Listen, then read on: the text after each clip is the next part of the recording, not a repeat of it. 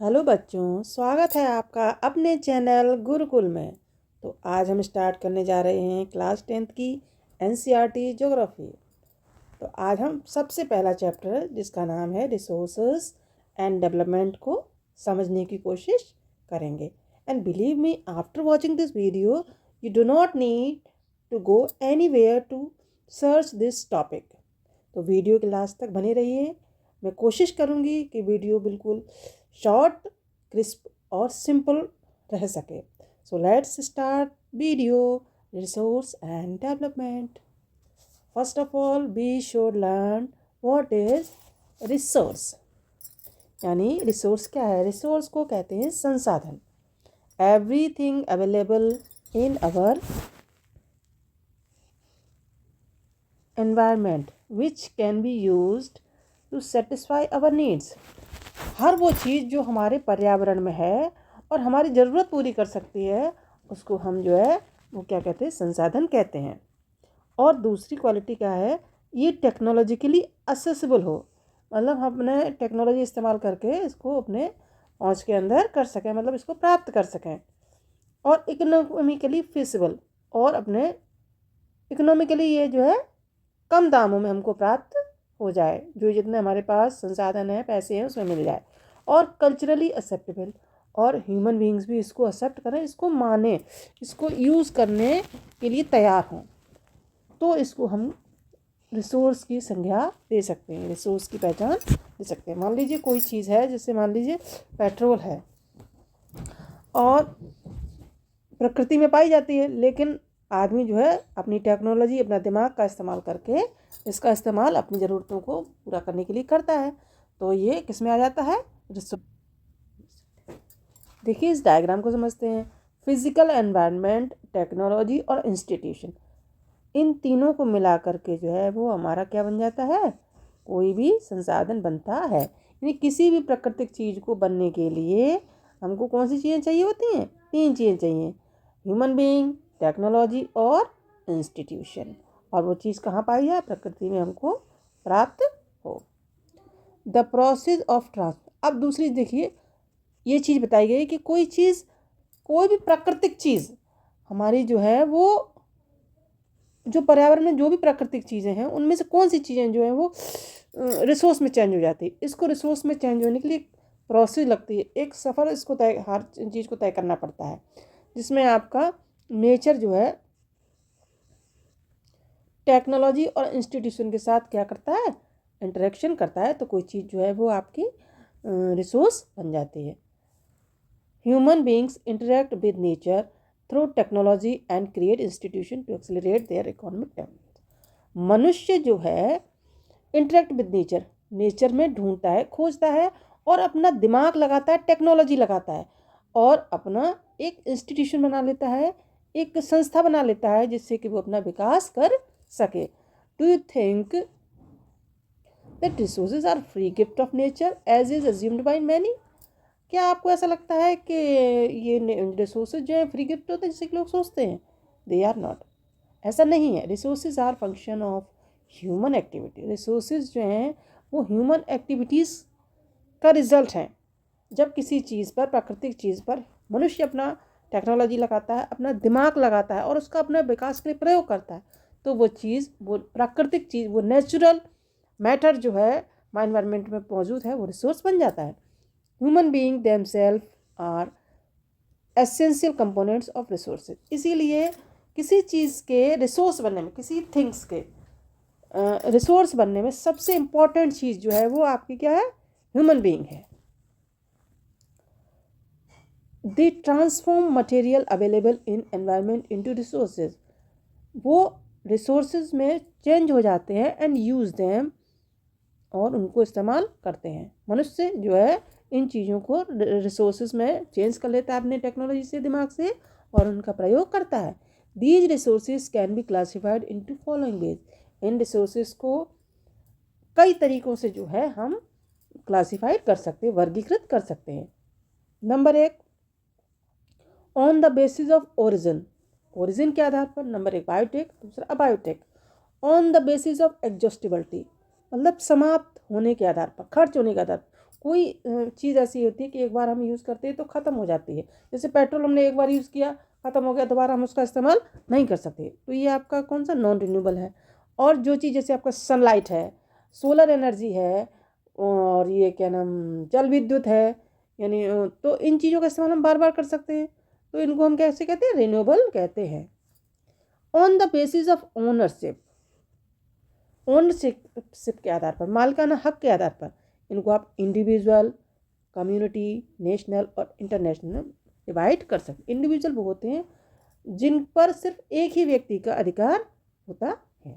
जैसे मान लीजिए कोई प्लॉट है, वहाँ की कोई चीज़ है, तो और उस पर किसी एक व्यक्ति का अधिकार है, किसी व्यक्ति के नाम पर है, तो वो इंडिविजुअल हो गई।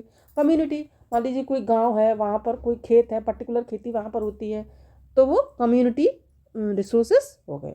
नेशनल, जो मतलब रिसोर्सेज पूरे राष्ट्र के, मान लीजिए भारत के अंदर जो अपना लोहा पाया जाता है, या एल्युमिनियम पाया जाता है, या मैग्नीज पाई जाती है, तो वो हमारे देश के अंदर के नेशनल रिसोर्सेज हो गए। और जो पूरे देशों में, पूरे वर्ल्ड में पाए जाते हैं, इंटरनेशनल रिसोर्सेज कहते हैं।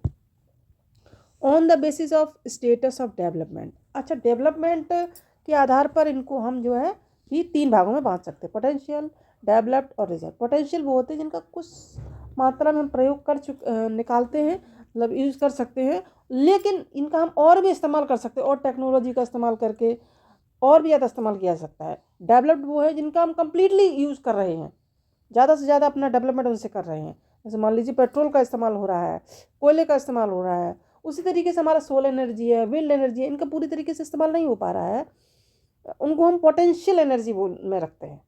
एंड रिजर्व, जैसे आपका हमारे यहाँ बहुत सी चीज़ें ऐसी हैं, बहुत संसाधन ऐसे हैं जो रिजर्व में हैं। जैसे मैग्नीज है, हमारे यहाँ निकाला जा सकता है, लेकिन पूरी संख्या में नहीं निकल रहा है, पूरी मात्रा में नहीं निकल पा रहा है, तो वो रिजर्व में माने। जो संसाधन है हमारे यहाँ वर्ल्ड में है, उसको निकाला जा रहा है, लेकिन हमारे यहाँ है लेकिन उसको निकाल नहीं पा रहे हैं, इस्तेमाल नहीं कर पा रहे हैं। उसके नॉलेज तो है, लेकिन हमारे यहाँ इकोनॉमिकली या टेक्नोलॉजिकली वीकनेस की वजह से नहीं निकाल पा रहे हैं, तो वो रिजर्व रिसोर्सेस बोलते हैं। जैसे आपके ये टेबल में दिया हुआ रिसोर्सेज के टाइप दिए हुए, नेचुरल और ह्यूमन। नेचुरल आपके रिन्यूएबल और नॉन रिन्यूएबल, जिनका इस्तेमाल हम बार बार कर सकते हैं वो रिन्यूएबल होते हैं, जिनका इस्तेमाल बार बार नहीं कर पाते वो नॉन रिन्यूएबल है। कंटिन्यूअस, जिसको हम बार बार लगातार इस्तेमाल कर सकते हैं, जैसे आपका सोलर एनर्जी है। और बायोलॉजिकल नेचुरल और वाइल्ड लाइफ। बायोलॉजिकल में आपके रिसोर्सेज नेचुरल वेजिटेशन है, और जंगली जीवन, पशु वगैरह, जानवर जैसे। और नॉन रिन्यूएबल में आपके आते हैं रिसाइकेबल और नॉन रिसाइकेबल, जो बार बार उनको रिसाइकिल करके इस्तेमाल कर लेते हैं। और नॉन रिसाइकेबल जैसे आपका बार बार इस्तेमाल नहीं किया सकता, जैसे कि आपका फॉसल फ्यूल्स, जैसे आपका फॉसल फ्यूल मतलब कोयला है, पेट्रोल है, ये आपके कैसे हैं, ये फॉसल फ्यूल्स होते हैं। ह्यूमन रिसोर्सेज में आपको ह्यूमन शामिल होता है। स्ट्रक्चर्स एंड इंस्टीट्यूशंस, वो स्ट्रक्चर्स और इंस्टीट्यूशन जो ह्यूमन ने बनाए हैं वो आपका ह्यूमन रिसोर्स में आते हैं। एंड क्वांटिटी एंड क्वालिटी, और मनुष्य की जनसंख्या और मनुष्य का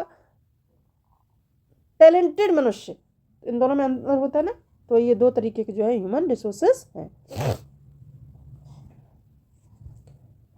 चलिए आगे देखते हैं। डेवलपमेंट ऑफ रिसोर्सेज,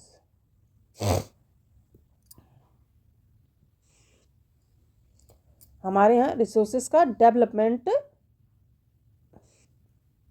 के बारे में पढ़ते हैं। Resources are vital for human survival, resources जो है ह्यूमन सर्वाइवल के लिए और maintaining the quality of life,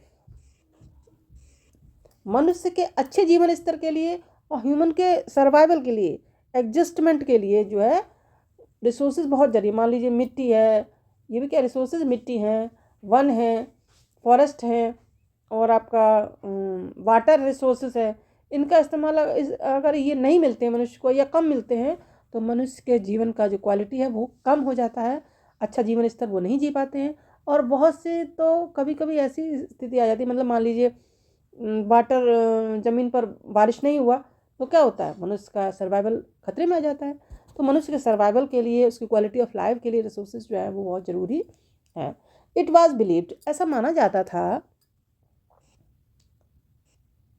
resources are free gift of nature, resources जो फ्री गिफ्ट ऑफ नेचर है। As a result human being use them indiscriminately. जब भाई यही जानते फ्री गिफ्ट है, फ्री है तो फ्री है, तो मनुष्य ने इसका इस्तेमाल अंधाधुंध किया, मतलब बिना सोचे समझे। And this has led to the following major problems. इसकी वजह से आपको बहुत सारी समस्याओं का सामना करना पड़ा और पड़ता है।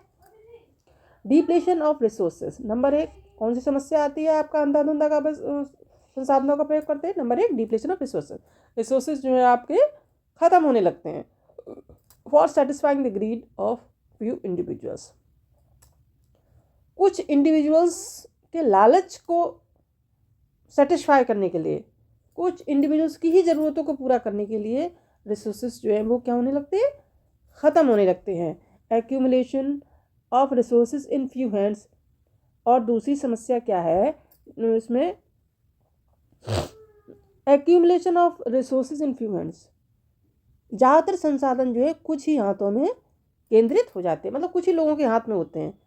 जैसे मान लीजिए लोहे का उत्पादन है, मैग्नीज का उत्पादन है, सोने का उत्पादन है, ये कुछ ही लोग तो अपने हाथ में लिए हुए, सभी पब्लिक के हाथ में तो ये है नहीं।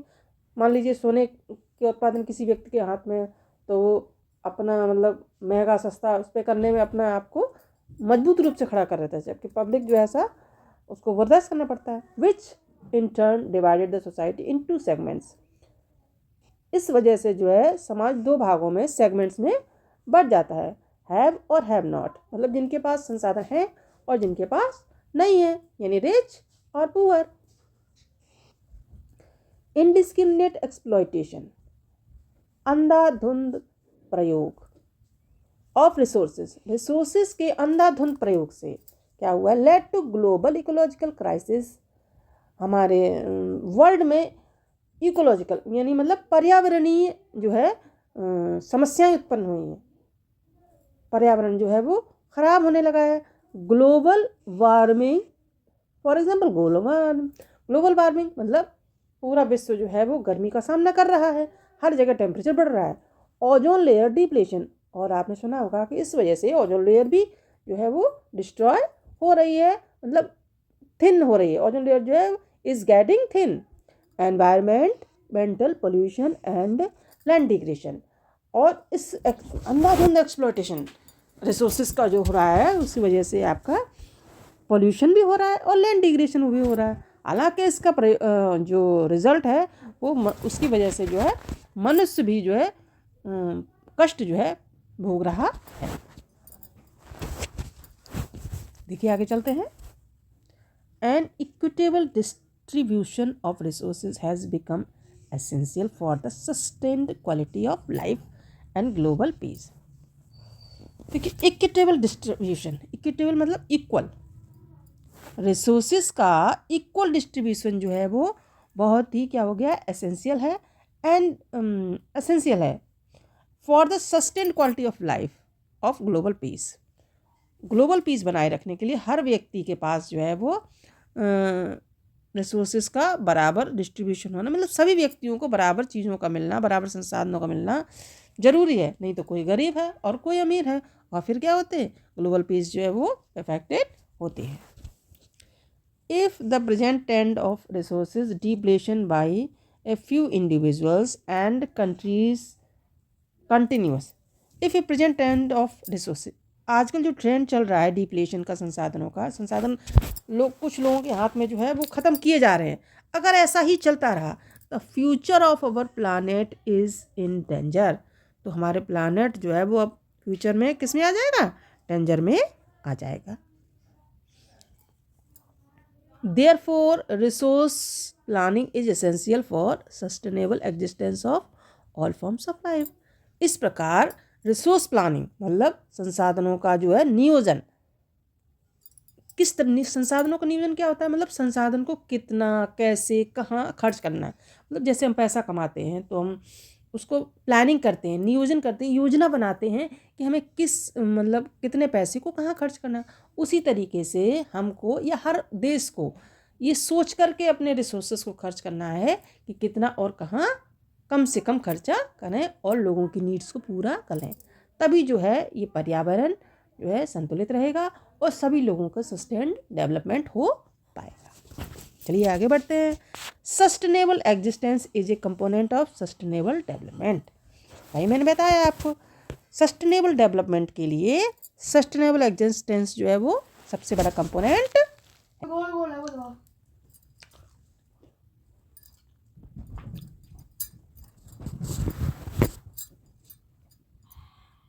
सस्टेनेबल डेवलपमेंट, ये डेफिनेशन पूछ ली जाती है एग्जाम्स में, आप नोट कर सकते हो।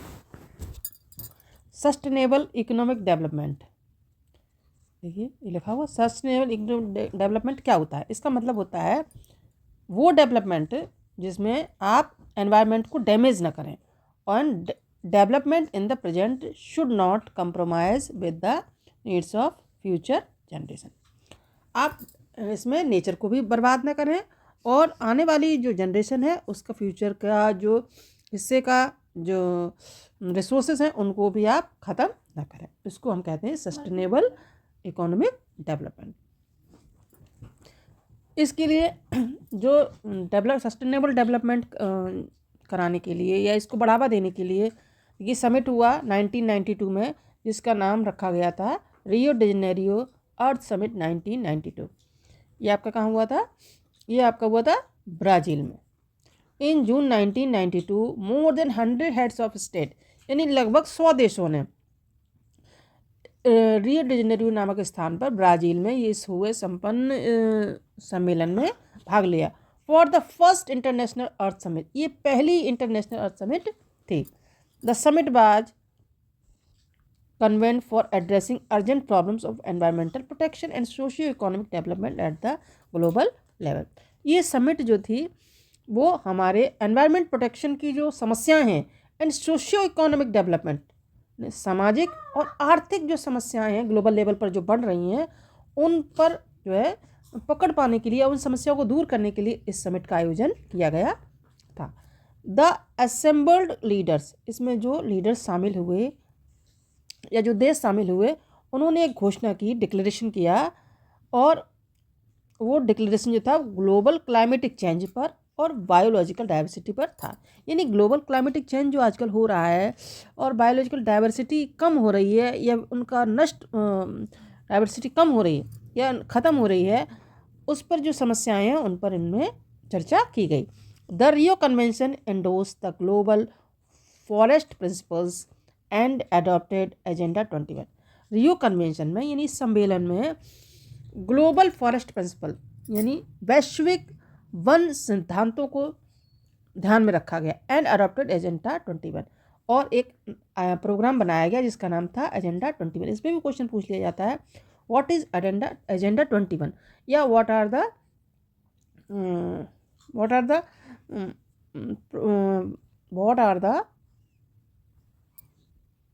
Is the importance of agenda 21। आप देखिए एजेंडा 21 देखते हैं। It is declaration signed by the world leaders 1992।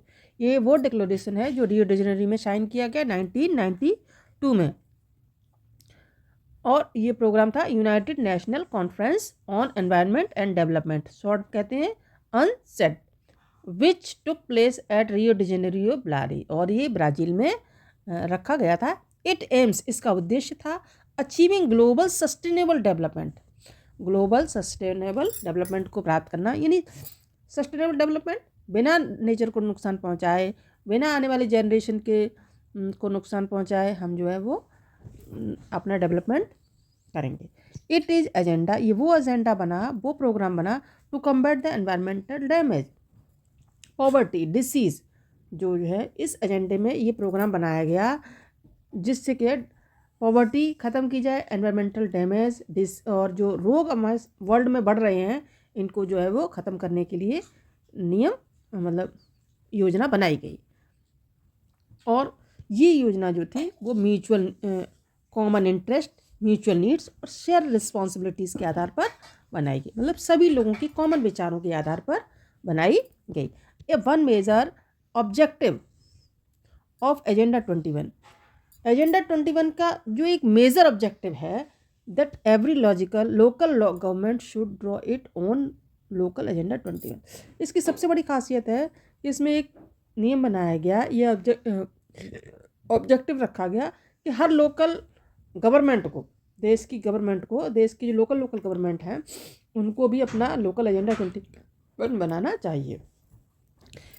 In 21 century को किस तरीके से आप बेटर बनाएंगे, अपने देश को बेटर बनाएंगे या अपने स्टेट को बेटर बनाएंगे, वो नियम आप बनाएं। इतना ईजिली हो जाता तो। रिसोर्स प्लानिंग,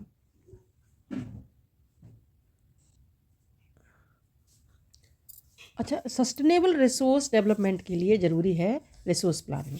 रिसोर्स प्लानिंग का क्या ज़रूरत है, ताकि हर व्यक्ति को जो है वो रिसोर्सेज की प्राप्ति हो सके और हर जनरेशन को रिसोर्सेज की प्राप्ति हो सके, इसलिए रिसोर्स प्लानिंग जो है वो इम्पॉर्टेंट है। आपसे एग्जाम्स में पूछ लिया जाता है what do you mean by resource planning या what is the importance of resource planning.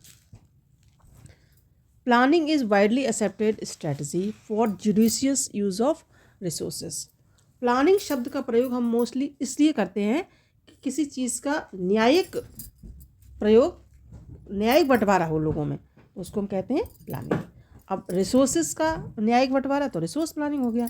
It has importance in country like India which has enormous diversity in availability of resources. Resource planning का सबसे ज़्यादा importance जो है भारत में, क्योंकि भारत में बहुत ज़्यादा डाइवर्सिटी है और रिसोर्सेज की अवेलेबिलिटी जो है वो भी डाइवर्स है। हर जगह कहीं कम है, जहाँ कहीं ज़्यादा। अब आयरन ही आप ले लीजिए, आपका देखिए बिहार में है, झारखंड में है, आपका कर्नाटक में है, लेकिन यूपी में बिल्कुल भी नहीं है, राजस्थान में बहुत थोड़ा है। तो इसी तरीके से हमारी राजस्थान के पास नहीं, यूपी के पास नहीं है, तो वो कहाँ से यूज करेगा या कम क्या करेगा, वो उन चीज़ों का इस्तेमाल कैसे करेगा। तो रिसोर्स प्लान इसलिए जो है बहुत ज़रूरी है, जाके जिस जगह पर कम है तो उनको भी मिल सके। There are regions which are rich in certain types of resources. हमारे भारत में कुछ रीजन्स ऐसे हैं जो रिच हैं सर्टेन टाइप्स ऑफ रिसोर्सेज में, but are deficient in some other, लेकिन उनमें कुछ जो है वो कम है। चलिए नेक्स्ट पेज पर चलते हैं। देयर आर सम रीजन्स, कुछ एरियाज ऐसे हैं which can be considered self sufficient, जो in terms of the availability of resources, resources की अवेलेबिलिटी को लेकर कुछ एरिया जो है वो सफिशिएंट है, मतलब वहाँ पर ज़्यादातर रिसोर्सेज सफिशिएंट है। And there are some regions, और कुछ रीजन्स ऐसे हैं which have acute shortage of some vital resources, जो कुछ एरियाज ऐसे हैं जहाँ इंपॉर्टेंट रिसोर्सेज की कमी। मान लीजिए for example the state of Jharkhand, Chhattisgarh, Madhya Pradesh are rich minerals coal deposits, यहाँ पर ज़्यादातर सारे मिनरल्स पाए जाते हैं और कोल डिपॉजिट्स भी है। उसी के अपोजिट आप अरुणाचल प्रदेश चले जाइए, has an abundance of water, यहाँ पर वाटर रिसोर्सेज बहुत ज़्यादा है, but lack in infrastructure development, लेकिन यहाँ पर इंफ्रास्ट्रक्चर जो है डेवलपमेंट बहुत कम है, मतलब व्यवस्थाएं, सुविधाएं जो है पढ़ाई की और रिसोर्सेज को निकालने की, टेक्नोलॉजी की, टेक्नोलॉजिकल इंस्टीट्यूशंस की, ये जो चीज़ें बहुत कम हैं। The state of Rajasthan is very well endowed with solar wind energy. वहीं आप राजस्थान को ले लीजिए, यहाँ पर सोलर एनर्जी, विंड एनर्जी बहुत ज़्यादा आप प्राप्त कर सकते हैं, बना सकते हैं, but lack in water resources, लेकिन यहाँ पर वाटर रिसोर्सेज बहुत कम है। The cold desert of Ladakh is relatively isolated from the rest of country. आप लद्दाख का कोल्ड डेजर्ट ले लीजिए, ये रिलेटिवली मतलब और स्टेट्स को देखते हुए जो है बिल्कुल आइसोलेशन में पड़ जाता है, बिल्कुल अलग एकांत में पड़ जाता है, देश से कटा हुआ है। It has very rich cultural heritage, हालांकि यहाँ का हेरिटेज बहुत जो कल्चरल हेरिटेज बहुत रिच है, but it is deficient in water infrastructure and some vital minerals, लेकिन ये जो है यहाँ पानी की कमी है, लद्दाख में वर्षा कम होती है, इंफ्रास्ट्रक्चर भी यहाँ का मतलब जो बेसिक सुविधाएं हैं, बेसिक जो टेक्नोलॉजी है वो कम है, एंड सम वाइटल मिनरल्स, और यहाँ मिनरल्स जो इंपॉर्टेंट मिनरल्स हैं रिसोर्सेज के लिए वो भी कम है। This calls for balance resource planning, इसीलिए जो है बैलेंस रिसोर्स प्लानिंग की ज़रूरत पड़ती है, कहीं पर कुछ है, कहीं पर कुछ नहीं है, और कहीं पर तो कुछ भी नहीं है। तो इन प्लानिंग ऑफ रिसोर्सेज की ज़रूरत देश में पड़ती है, जिससे कि सभी व्यक्तियों को बराबर चीज़ें मिल सकें। National, state, regional and local level, और इनको national level, state level, regional level, local level सभी पर प्लानिंग की आवश्यकता है, ताकि इनका संसाधनों का आपका डिप्लेशन भी ना हो, डिस्ट्रक्शन भी ना हो, और सभी लोगों को मिल सके, ताकि सस्टेनेबल डेवलपमेंट जो है वो पॉसिबल हो सके। Resource planning in India. अब आप ये समझ गए होंगे व्हाट इज रिसोर्स प्लानिंग, ठीक, और इसका इंपॉर्टेंस भी क्या है। तो अब हम देखते हैं कि इंडिया में इसकी रिसोर्स प्लानिंग की क्या ज़रूरत है और किस तरीके से रिसोर्स प्लानिंग भारत में चल रहा है।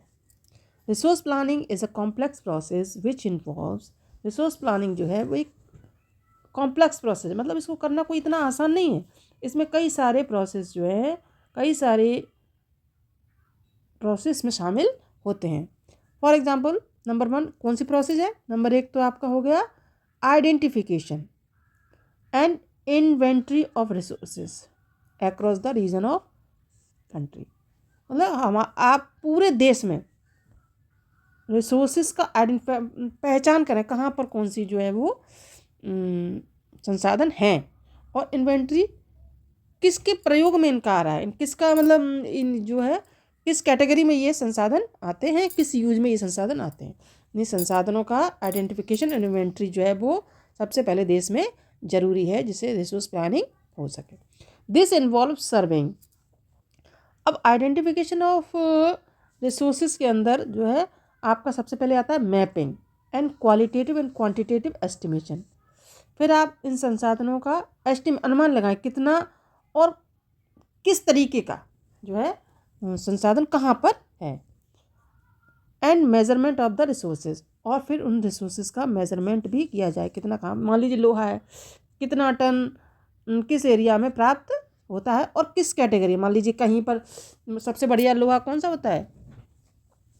मैग्नेटाइट का। तो और ये कहाँ पाया जाता है? कर्नाटक में, जबकि आपका छत्तीसगढ़ वगैरह में इतना अच्छा मैग्नेटाइट नहीं, यहाँ हेमेटाइट लोहा पाया जाता है।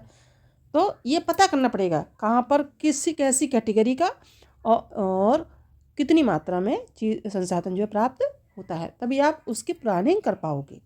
आपको पता ही नहीं है या देश में पता ही नहीं है कितना रिसोर्स कहाँ पर है और किस क्वालिटी का रिसोर्स है, तो आप रिसोर्स प्लानिंग कैसे करेंगे? ये तो आपका प्रोसेस हो गया एक, identification and inventory of resources. दूसरा देखिए इवॉल्विंग ए प्लानिंग स्ट्रक्चर। अब आपको एक प्लानिंग स्ट्रक्चर बनाना पड़ेगा विथ एप्रोप्रिएट टेक्नोलॉजी, जिसमें आपको टेक्नोलॉजी का इस्तेमाल करना है, स्किल का इस्तेमाल करना है, मतलब ज्ञान का। एंड इंस्टीट्यूशन सेटअप, आपको इंस्टीट्यूशन सेटअप करने बनाने पड़ेंगे। इम्प्लीमेंटिंग रिसोर्सिंग डेवलपमेंट प्लान्स, जो कि रिसोर्स डेवलपमेंट को आपको बना सकें, रिसोर्स डेवलपमेंट के प्लान बना सकें जिस पर आपकी योजना चल सके। तो 2 प्रॉब्लम, आइडेंटिफिकेशन हो गया रिसोर्सेज का, दूसरा आपका प्लानिंग स्ट्रक्चर बनाना है, प्लानिंग स्ट्रक्चर इंस्टीट्यूशंस बनाने हैं जिससे कि आपका रिसोर्स प्लानिंग हो सके। Number 3 matching the resource development plans with overall national development plans.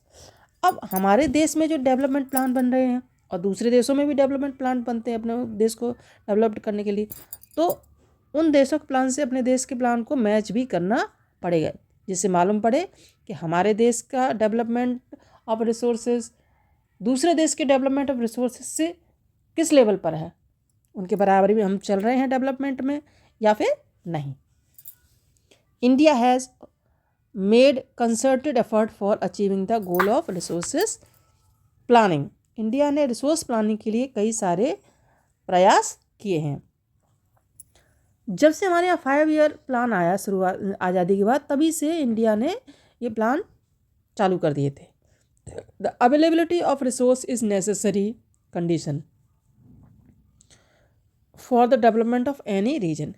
किसी भी रीजन के डेवलपमेंट के लिए जो है वो संसाधनों का वहाँ होना बहुत ज़रूरी है।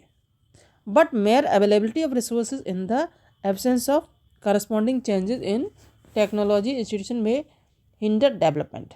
किसी भी जगह के विकास में सबसे बड़ी चीज़ होती है संसाधन, लेकिन टेक्नोलॉजी और संस्था या कंपनियां, इनके अभाव में जो कंपनियां खुलती हैं इन चीज़ों को लेकर के, रिसोर्सेज को लेकर के, अगर ये कंपनियां नहीं हैं, टेक्नोलॉजी नहीं है, तो संसाधन आपके ऐसे ही पड़े रह जाते हैं और इनका विकास में कोई प्रयोग नहीं हो पाता है। जैसे आपका दक्षिण अमेरिका में ब्राज़ील, संसाधन बहुत है, भरा पड़ा है, लेकिन टेक्नोलॉजी के अभाव में, इंस्टीट्यूशंस के अभाव में, कंपनियों के अभाव में ये जो है वो निकल नहीं पा रहा है, यूज में नहीं आ पा रहा है। There are many regions in our country, हमारे देश में बहुत से ऐसे जगह हैं रिच इन रिसोर्सेज, जो रिसोर्सेज में रिच हैं, but these are included in economically backward, लेकिन ये इकोनॉमिकली बैकवर्ड है, गरीब देश हैं, गरीब मतलब देश नहीं, गरीब रीजन्स हैं। On the contrary there are some regions which have a poor resource, इसी के विपरीत कई रीजन ऐसे होते हैं जो रिसोर्सेज में पुअर है, but they are economically developed, लेकिन इकोनॉमिकली डेवलप्ड है, पैसा है उनके पास, तो वो टेक्नोलॉजी का इस्तेमाल करके, इंस्टीट्यूशन अपने बना करके जो है वो उन रिसोर्सेज का इस्तेमाल ज़्यादा से ज़्यादा कर लेते हैं। जबकि गरीब देश जो है उनके पास गरीब हैं तो टेक्नोलॉजी भी नहीं, इंस्टीट्यूशन भी नहीं, तो वो अपने रिसोर्सेज का इस्तेमाल नहीं कर पाते हैं और उनका रिसोर्सेज बेकार चले जाते हैं। The history of colonisation reveals, history of colonisation मतलब वो पीरियड, इंग्लिश पीरियड, जब हमारे यहाँ अंग्रेज थे, जिस समय अंग्रेज थे, रिवील्स, उसको हम अगर देखें तो इससे पता चलता है that rich resources in colonies were the main attraction for the foreign invaders. जो कंट्रीज रिसोर्सेज में रिच थे वो फॉरेन इन्वेडर्स के लिए अट्रैक्शन का केंद्र थे, मतलब जहाँ जहाँ जिस देश में रिच रिसोर्सेज थे, संसाधन ज़्यादा थे, वहीं ये इन्वेडर्स जो है अपना कॉलोनाइजेशन इन्होंने किया, अपनी कॉलोनीज स्थापित की ताकि वहाँ के रिसोर्सेज का इस्तेमाल कर सकें। लेकिन इनके पास क्या था, टेक्नोलॉजी थी, इंस्टीट्यूशंस थे, तो ये उन रिसोर्सेज को इस्तेमाल करके अपना डेवलपमेंट करते रहे। लेकिन जो देश जिनमें ये थे उनके पास गरीबी थी, टेक्नोलॉजी भी नहीं थी, तो वो अपना विकास नहीं कर पाए। यही जो है वो कमी रह जाती है जब आपका रिसोर्सेज हैं और टेक्नोलॉजी नहीं रहती है, तो रिसोर्स का इस्तेमाल कम्प्लीटली नहीं हो पाता है। It was the primarily higher level of technological development of the colonisation countries, it was primarily the higher level of technological development, ये कॉलोनाइजेशन पीरियड में देशों का सबसे प्राइमरीली जो है टेक्नोलॉजिकल डेवलपमेंट हुआ था, that help the exploit resources of other reason.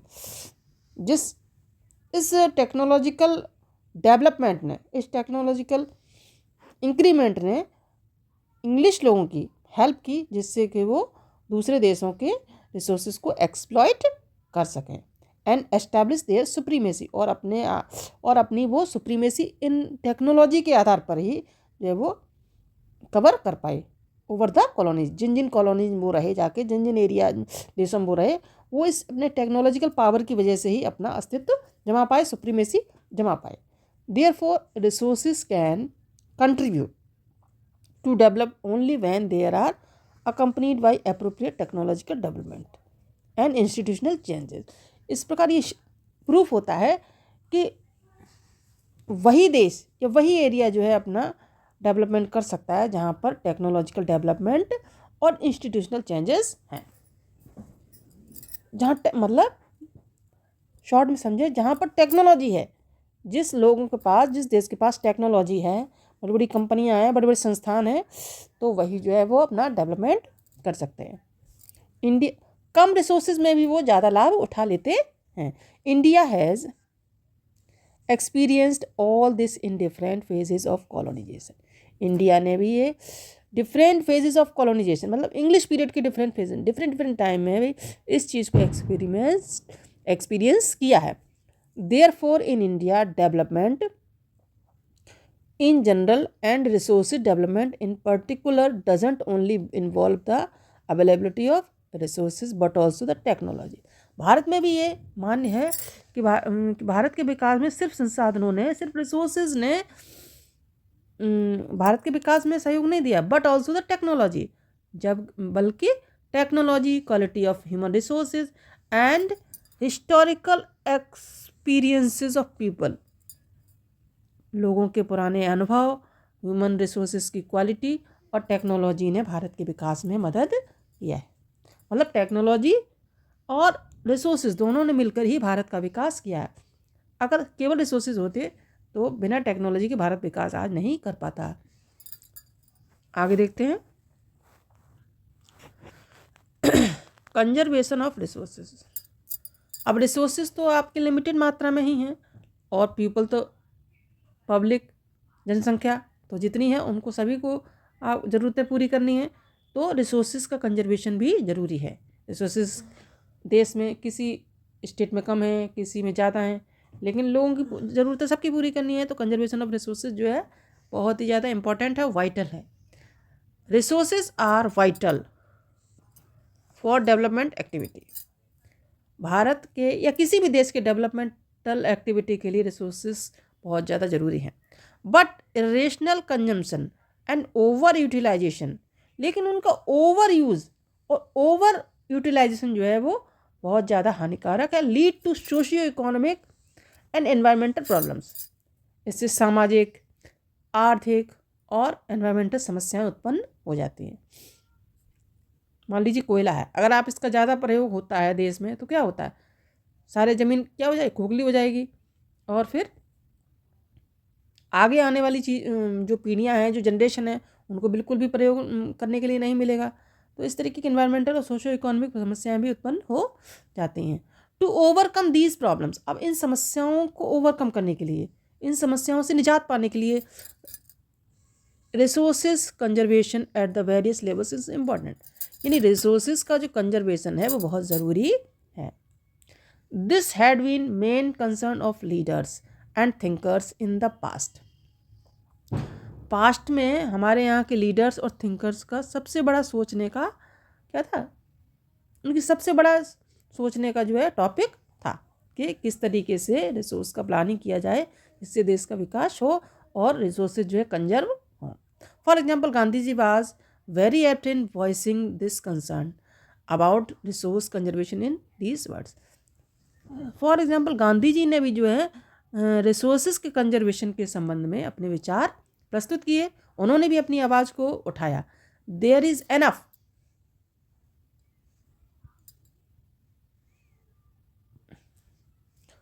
For everybody's need and not for anybody's grid.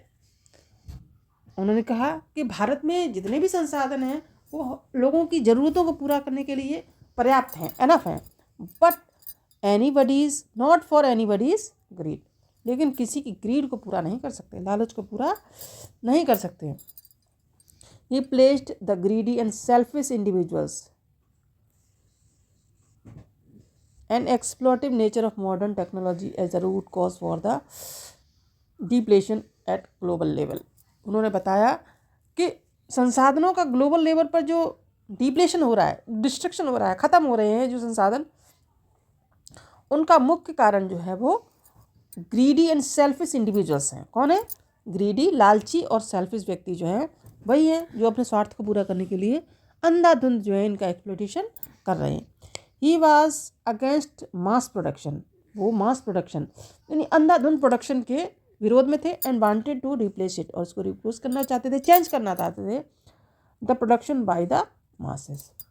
उसका उनका अर्थ था कि मासेस जो है मतलब बहुत ज़्यादा बड़ी पब्लिक इन चीज़ों को थोड़ा थोड़ा मात्रा में इनका प्रोडक्शन करे, ना कि एक ही व्यक्ति जो है बहुत सारा प्रोडक्शन करे, एक ही के हाथ में पावर या संसाधन केंद्रित ना हो, सभी को थोड़ा थोड़ा मिले, सभी अपना थोड़ा थोड़ा प्रोडक्शन कर सकें।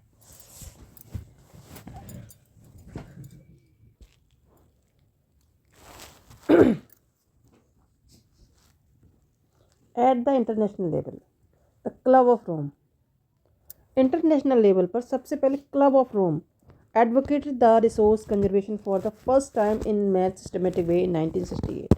1968 में क्लब ऑफ रोम ने सबसे पहले जो है वो रिसोर्स प्लानिंग के बारे में बताया या रिसोर्स के जो कंजर्वेशन के बारे में बताया।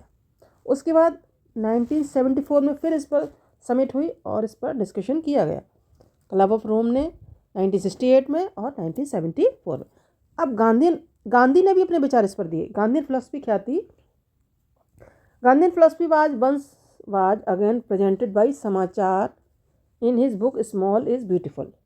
उनके विचार जो थे स्मॉल इज़ ब्यूटीफुल नाम की बुक में दिए गए. The seminal contribution with respect resources conservation at the global level was made by Brundtland Commission Report 1987. The seminal contribution with respect to resource conservation के ऊपर जो है विचार जो थे वो ग्लोबल लेवल पर आपके बर्टलैंड कमीशन रिपोर्ट 1987 में इसके बाद दिए गए. This report introduce the concept of sustainable development. ये रिपोर्ट भी जी थी वो सस्टेनेबल डेवलपमेंट के ऊपर थी. मतलब उसमें डिफाइन किया गया व्हाट इज सस्टेनेबल डेवलपमेंट और इसको किस तरीके से प्राप्त किया जा सकता है. And advocated it as a means for resources conservation which was subsequently published in book entitled Our Common Future. इसका मतलब जो है रिसोर्स कंजर्वेशन है और विच वाज सब्सिक्वेंटली इसके बाद जो है वो आवर कॉमन फ्यूचर नाम की जो बुक थी उसमें इसको सस्टेनेबल डेवलपमेंट या प्लानिंग ऑफ रिसोर्सेज की जो रिपोर्ट थी वो आवर कॉमन फ्यूचर में रखी गई. Another significant contribution was made at the Earth Summit at Rio de Janeiro Brazil in 1992. उसके बाद नेक्स्ट रिपोर्ट जो है वो रियो डी जेनेरियो ब्राज़ील की 1992 समिट में नेक्स्ट रिपोर्ट रखी गई. सबसे पहले 1968 में क्लब ऑफ रोम ने दी, फिर इसके बाद 1974 में क्लब ऑफ रोम ने दी, फिर 1987 में बर्टलैंड कमीशन रिपोर्ट में इसकी चर्चा हुई और उसका जो रिपोर्ट किसमें प्रकाशित हुई, आवर कॉमन फ्यूचर नाम की बुक में. इसके बाद summit of Rio de Janeiro Brazil 1992. इसके बाद 1992 में रियो डी जेनेरियो पर इस पर विचार. Land resources. आप रिसोर्सेस के बारे में पढ़ेंगे. रिसोर्सेस कितने तरीके के होते हैं, मतलब किस किस चीज़ को रिसोर्सेस की संज्ञा में हम रख सकते हैं. तो सबसे पहले पढ़ते हैं land resources. We live on land. हम किस पर रहते हैं, ज़मीन पर, लैंड पर रहते हैं. We live on land. We perform our economic activities on land. हम अपनी इकोनॉमिक एक्टिविटीज़ जो हैं, आर्थिक क्रियाएँ भी, मतलब अपने जीविका को कमाने के लिए जो क्रियाएँ करते हैं, जो काम करते हैं, नौकरी कर रहे हैं, बिजनेस कर रहे हैं, ये सभी कैसी क्रियाएँ, इकोनॉमिक एक्टिविटी, ये सभी हम अपने लैंड पर करते हैं. We use it in different ways. और लैंड का इस्तेमाल जो है कई तरीके से करते हैं. कोई खेती करता है, कोई जानवर पालता है. दस land is natural resource of utmost importance. इस प्रकार लैंड जो है बहुत ज़्यादा इम्पोर्टेंस की चीज़ है, इम्पोर्टेंस का रिसोर्स है, संसाधन है. It supports natural vegetation, wild life, human life, economic activities, transport, communication system. ये लैंड पर ही सारे जो व्यवस्थाएं हैं, जैसे आपके वेजिटेशन है और आपका जंगली जीवन है, मनुष्य का जीवन है, इकोनॉमिक आर्थिक क्रियाएं हैं, जैसे आपका खेती करना, जानवर पालना, मछली पालना, वन में से औषधियाँ निकालना, वन में से ज़रूरत की चीज़ें निकालना, लकड़ी निकालना, ट्रांसपोर्ट करना, यानी यहाँ से वहाँ एक दूसरे जगह जाना, सड़क संसाधन जैसे कम्युनिकेशन सिस्टम, ये सब चीज़ें सब लैंड रिसोर्सेज पर ही बेस्ड हैं. However land is an asset of a finite magnitude. कुछ भी हो, लैंड जो है वो एक फाइनाइट मैग्नीट्यूड, मतलब एक संपत्ति जैसी चीज़ है, बहुत ज़रूरी है हमारे लिए. Therefore it is important to use. इसलिए ज़रूरी है कि हमारे पास जो अवेलेबल लैंड है उसका हम वेरियस पर्पसेस के लिए केयरफुली प्लानिंग करके इस्तेमाल करें. अगर अंधाधुंध उस लैंड का हम प्रयोग करेंगे तो कुछ ना कुछ नुकसान जो है वो हमें ही या मनुष्य को ही भुगतने पड़ते हैं. India has land under A variety of relief features. India में कई तरीके के रिलीफ फीचर्स हैं. कहीं पर माउंटेन्स हैं, कहीं पर प्लेट्यूज़ हैं, कहीं प्लेन्स हैं और कहीं पर आइलैंड्स. मतलब एक जगह का एक तरीके का लैंड नहीं है. लैंड जो है वो लैंड फीचर्स अलग अलग हैं. About 43% of land area is plain. 43% land area जो हमारे यहाँ का प्लेन है, which provide facilities for agriculture, जिसमें जो है ज़्यादातर एग्रीकल्चर किया है। प्लेन एरिया है तो एग्रीकल्चर के लिए अप्रोप्रिएट है। इंडस्ट्रीज़ भी लग जाती हैं। Mountains account for 30% of total surface area of the country, और कंट्री का 30% एरिया जो है वो क्या है आपका, माउंटेन है। And ensure perennial flow of reverse, और यहाँ पर पेरेनियल रिवर्स यानी लगातार कंटिन्यूस बहने वाली रिवर्स भी पाई जाती हैं। प्रोवाइड, जो कि provide tourism and ecological aspect, जो कि लगातार पानी प्रोवाइड करती हैं, टूरिज्म प्रोवाइड करते हैं, और इकोलॉजिकल एस्पेक्ट मतलब पर्यावरण को भी ये माउंटेन्स जो है शुद्ध रखते हैं। About 20% of area the country is plateau region, और 27% एरिया जो है वो प्लेट्यू रीजन है। प्लेट्यू मतलब पठारी एरिया, जो आपका प्लेन से ऊंचा है और माउंटेन से लगभग थोड़ा नीचे रहता है, और प्लेन थोड़ा सरफेस रहता है, टेबल लैंड रहता है। It possesses rich reserve of minerals, fossil fuels and forest. इन प्लेट्यूज़ में जो है आपका मिनरल्स के, फॉसिल फ्यूल्स के और फॉरेस्ट के जो है वो रिजर्व्स पाए जाते हैं, भंडार पाए बहुत ज़्यादा इसमें मिनरल, फॉसिल फ्यूल और फॉरेस्ट पाया जाता है। आप देखिए 43% प्लेन एरिया है, 30% माउंटेन्स हैं, और 27% जो है वो आपका प्लेट्यू रीजन्स है। हर तरीके का लैंड हमारे भारत में पाया जाता है। Land utilisation, land resources are used for the following purposes. Land जो है वो कई पर्पसेस के लिए यूज़ किया जाता है, और इसी को हम क्या कहते हैं, लैंड यूटिलाइजेशन या लैंड यूज़ पैटर्न कहते हैं। अब देखिए लैंड का इस्तेमाल नंबर 1 फॉरेस्ट के लिए करते हैं, नंबर 2 कल्टीवेशन के लिए करते हैं। कल्टीवेशन के लिए भी कई तरीके के लैंड हो जाते हैं, एक तो वेरन और वेस्ट लैंड, ऊसर बंजर ज़मीन। दूसरा land put to non agricultural uses, वो लैंड जो कि नॉन एग्रीकल्चरल यूजेस के लिए रखा है, जिसमें आपके बिल्डिंग हैं, रोड्स हैं, फैक्ट्रीज़ हैं। एक तो आपका फॉरेस्ट के लिए, दूसरा कल्टीवेशन के लिए, तीसरा आपका हो गया uncultivated land excluding fallow land, वो एरिया जो अनकल्टिवेटेड मतलब जिस पर आपका कोई कल्टीवेशन नहीं किया जाता है। इसमें आपके 3 तरीके के एरिया पाए जाते हैं। Number 1 permanent pastures and grazing land, मतलब यहाँ पर कोई खेती नहीं होती है। परमानेंट पास्चर्स है मतलब जानवरों के चरने वाली चरागाह, और ग्रेजिंग लैंड चरने वाली ज़मीन।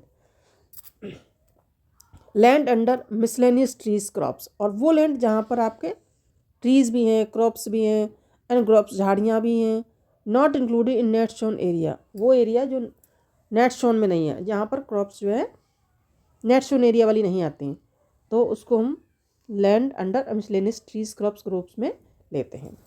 तीसरे नंबर का area culturable waste land, left uncultivated for more than 5 agricultural years, वो बंजर ज़मीन जो लगभग 5 साल के लिए छोड़ी गई है, उस एरिया को हम कल्चरेबल वेस्ट लैंड बोलते हैं। फॉरेस्ट हो गया, कल्टीवेशन लैंड हो गया, और दूसरा पास्चर्स और कल्चरेबल वेस्ट लैंड हो गया। फोर्थ आप देखिए फैलो लैंड। फैलो लैंड वो होता है पड़ती ज़मीन, जो ज़्यादातर जो है वो खाली पड़ी रहती है, खेती इस पर कभी कभार 2 साल बाद 4 साल बाद होती है। करंट फैलो लैंड, जो लगभग 1 साल के लिए खाली छोड़ी गई है, फिर उस पर खेती की जाती है, तो उसको करंट फैलो लैंड बोलते हैं। अदर देन, दूसरी देखिए other than current fallow uncultivated for past 1 to 5 agriculture years, वो ज़मीन जो लगभग 1 से 5 साल के लिए खाली छोड़ दी गई है और फिर उसके बाद खेती होगी, तो उसको हम कहते हैं other than current fallow land. यानी जो एक बार खेती की जाती है और वो 4-5 साल के लिए खाली छोड़ दी जाती है, वो other than current fallow land बोली जाती है। अब आपके ये 4 यूज़ हो गए। 5th यूज़ है आपका नेट शोन एरिया, मतलब वो एरिया जहाँ पर हर साल जो है वो साल में एक क्रॉप उगाई जाती है, उसको नेट शोन एरिया में लेते हैं। वन क्रॉप उगाने वाला area is known as net sown area. वो फिजिकल एक्सटेंट ऑफ लैंड जहाँ पर which crops are sown harvested is known as the net sown area, जहाँ पर साल में एक फसल उगाई जाती है, उसको हम नेट शोन एरिया में लेते हैं। Area sown more than once, जिस एरिया में या जिस खेती वाली ज़मीन पर हम एक से ज़्यादा बार अगर खेती करते हैं, net sown area is known as gross cropped area, उसको ग्रोस क्रॉप्ड एरिया कहते हैं।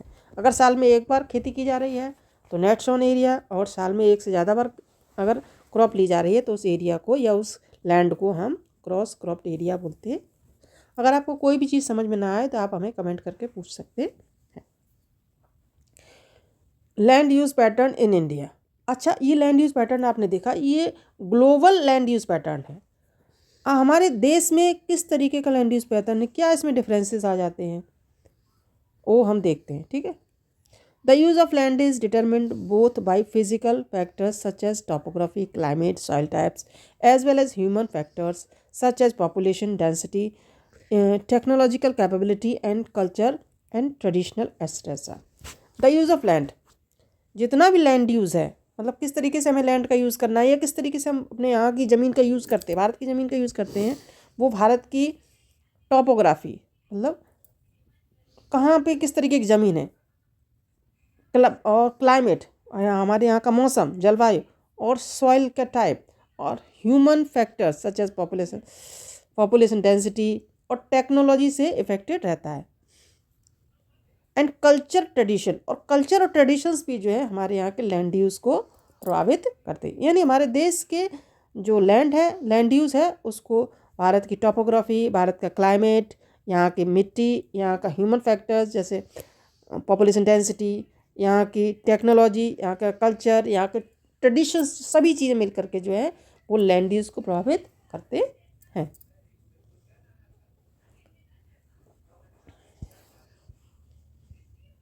चलिए आगे देखते हैं। Total geographical area of India is 3.28 million square kilometre. हमारे भारत का जो ज्योग्राफिकल एरिया है 3.28 मिलियन स्क्वायर किलोमीटर है। Land use data however is available on only for 93% of total geographical area. लेकिन हमारे यहाँ के 93% ऑफ एरिया का ही जो है वो ज्योग्राफिकल सर्वे हो पाया है। इसके कई कारण हैं, जैसे कि आपका reporting for most of the north east state except Assam has not been done fully. जैसे असम का जो है यहाँ का सर्वे नहीं हो पाया क्योंकि वो अलग पड़ जाता है बिल्कुल एरिया। और जैसे आपका जम्मू कश्मीर का ऑक्युपाइड बाय पाकिस्तान और चाइना, और वो एरिया जो कि पाकिस्तान और चाइना ने ऑक्युपाइड कर लिया है, आल्सो नॉट बीन सर्वेड, इनका भी सर्वे नहीं हो पाया है। इस प्रकार भारत की सिर्फ 93% की जानकारी है कि किस तरीके से कहाँ लैंड का यूज़ हो रहा है, कहाँ पर कौन सा लैंड यूज़ पैटर्न बनता है। The land under permanent pasture has also decreased. हमारे यहाँ जो चरागाहों के अंतर्गत जो भी ज़मीन है वो भी कम हुई है। चरागाह मतलब जो ज़मीन जानवरों के चरने के लिए छूटी हुई है वो भी कम हो गई है, उसका एरिया भी कम हो गया है। However are be able to feed our huge cattle population on this pasture. ये भी क्वेश्चन उठता है, आखिर हम किस प्रकार से अपने जानवरों का पेट भरते हैं जबकि हमारे पास्चर्स की संख्या जो है कम हो गई। Most of the other than current fallow land are either of poor quality. जबकि हमारे यहाँ के जो करंट फैलो लैंड हैं, यानी जो पड़ती भूमियाँ हैं, जो कम उत्पादन देने वाली ज़मीनें हैं, वो भी पुअर क्वालिटी की हैं, और उनमें कॉस्ट ऑफ कल्टीवेशन जो है वो बहुत ज़्यादा हाई है। Hence these lands are cultivated once. इसलिए ये इनमें यहाँ पर जो कल्टीवेशन के लिए बहुत ज़्यादा कॉस्ट आती है, इसलिए इनको जो है एक बार इनको उगाया जाता है, इन पर क्रॉप्स उगाई जाती है, या फिर 2 बार इन अबाउट 2 और 3 ईयर्स। 2 और 3 सालों में सिर्फ एक बार इन पर 1 या 2 बार जो है वो इन पर उत्पादन किया जाता है, क्रॉप उगाई जाती है। If these are included in the net sown area, अगर इनको नेट सोन एरिया में इंक्लूड किया जाता है, then the percent of NSA in India comes to the NSA means net sown area comes to about 50% of total reporting area. तो हमारे का net sown area जो है वो 50% होता है। मतलब हमारे यहाँ का जो नेट सोन एरिया है, यानी साल में एक बार उत्पादन करने वाली ज़मीन जो है वो 54% है। The pattern of net sown area varies greatly from one two another state. हमारे यहाँ का जो लैंड यूज़ पैटर्न है या जो नेट सोन एरिया है वो एक स्टेट से दूसरे स्टेट में जो वो वेराई करता है, डिफर है। It is over 80% of total area in Punjab and Haryana. देखिए आप पंजाब और हरियाणा को देखिए, वहाँ पर 80% जो है वो लैंड यूज़ आपका खेती वगैरह में, क्रॉप्स में, इनमें होता है। बट आप अगर अरुणाचल प्रदेश में चले जाएँ, मिजोरम में चले जाएँ, मणिपुर में जाएँ, अंडमान में जाएँ, निकोबार आइलैंड में जाएँ, तो वहाँ पर जो आपका लैंड यूज़ है सिर्फ, या नेट्स ऑन एरिया जो है वो सिर्फ 10% ही पाया जाता है। बाकी का आपके जो है करंट फैलो लैंड है या फिर बैरन लैंड है।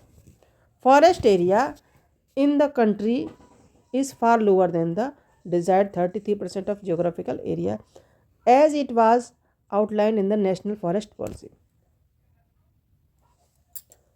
भारत में या हमारे देश में कम से कम 33% एरिया जो है वो फॉरेस्ट के अंदर में होना चाहिए, लेकिन इससे बहुत कम है जो, और ये नेशनल फॉरेस्ट पॉलिसी 1952 में ये आउटलाइन किया गया है कि 33% कम से कम होना चाहिए, लेकिन इतना है नहीं।